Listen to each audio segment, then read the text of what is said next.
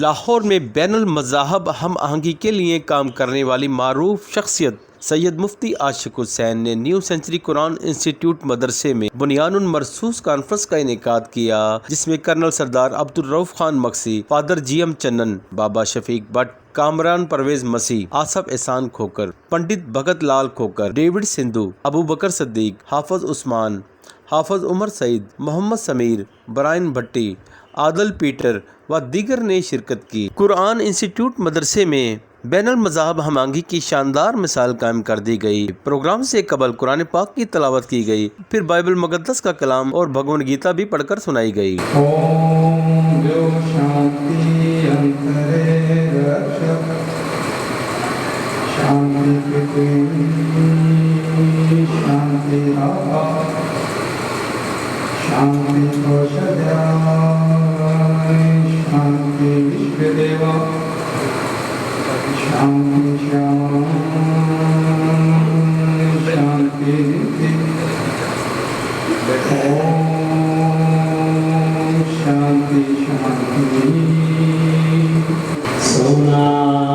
آمینہ کا لال بڑا صاحب جمال ملے کون دینا۔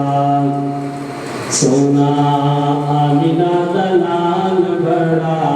صاحب جمال ملے کون دینا۔ اس سے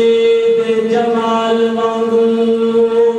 کسی کا جمال نہیں، اس بے مثال دی ملتی مثال نہیں۔ میں جناب مفتی عاشق حسین صاحب کا، فادر جیم چند صاحب کا اور تمام مسیح پیشوا اور تمام علماء صاحبان کا دل کی تھا گہرائیوں سے شکر گزار ہوں کہ جنہوں نے پاک فوج کے لیے یہ محفل سجائی اور جنگ جیتنے پر قاسم منیر صاحب کو مبارکباد پیش کرتا ہوں۔ اتفاق میں برکت ہے، اتحاد میں برکات ہے، اور پھر خلوص نیت کے ساتھ، پاک جذبات کے ساتھ جب اساتذہ المسلمین اٹھتے ہیں، نعرہ بلند کرتے ہیں، اللہ اسی طرح بڑے بڑے غرور خاک میں ملا دیتا ہے اور جہاں تانگے عالم میں پاکستان کروڑوں کو تباہ عام کرتا ہے۔ حضرات کا ضرورت اس بات کی ہے وَأَنْتُمُ الْأَعْلَوْنَ إِن كُنتُم مُّؤْمِنِينَ، ایمان کی شمع دل میں جلائے رکھے، وَجَاهِدُوا بِاللَّهِ حَقَّ جِهَادِهِ کا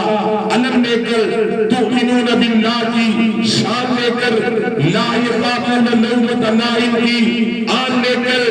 لِتَكُونَ كَلِمَةُ اللَّهِ هِيَ الْعُلْيَا کا مشن لے کر انشاءاللہ وَأَنْتُمُ الْأَعْلَوْنَ اللہ کا وعدہ ہے۔ کامران بشیر ہو یا سیزن چودھری ہو یا ایم ایم عالم ہو یا سید مزمل حسین شاہ صاحب ہو، یہ وہ تھے، آپ نے دیکھا ہوگا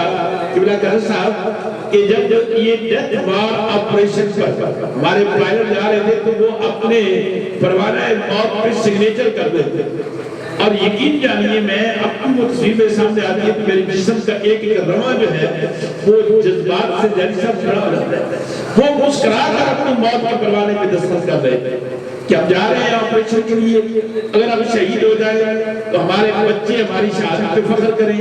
ہماری قوم ہماری شہادت پر فخر کرے۔ ہماری ایک ہی تمنا ہے کہ جس ملک کی خاطر ہم جا رہے ہیں ہمیں جب اس دنیا سے بھیجا جائے تو اس ملک کے قومی پرچم میں لپیٹ کر ہمیں دفن کیا جائے۔ یہ اور اس کے ساتھ ساتھ میں اپنے فیلڈ مارشل آصف منیر صاحب کو بھی مبارکباد دیتا ہوں جو انہوں نے انڈیا کی درگت بنائی اور ہم پاکستانیوں کا نام روشن کیا ہے۔ اور پہلے ہم بھکاری تھے ہر طرف، ہمیں ہر طرف لوگ بھکاری سمجھتے تھے کہ پاکستانی آ گئے ہم یہ چندہ مانگیں گے، لیکن اس جنگ کے 4 دنوں کے بعد پاکستان کی وہ عزت پوری دنیا میں آ چکی ہے۔ اس بار جو جنگ ہوئی میں اور مفتی صاحب ہم اکٹھے ہوتے تھے ہر جگہ پہ، ہم نے بارڈر پہ جا کے دیکھا، پھر بات ہوتے گئے تو ہمیں ایسے لگ رہا تھا کہ پوری قوم جو ہے یہ ساری کی ساری جنگ لڑ رہی ہے، خالی پاک فوج جنگ نہیں لڑ رہی بلکہ فوج کے ساتھ لوگ بھی جنگ کر رہے، دعائیں مار رہے تھے اور ہر بشر یہی کہہ رہا تھا کہ میں بھی جنگ کرنے کے لیے جانے کے لیے تیار ہوں، آپ صرف ہمیں اجازت دے دیں۔ تو یہ جنگ دعاؤں سے اور جذبے سے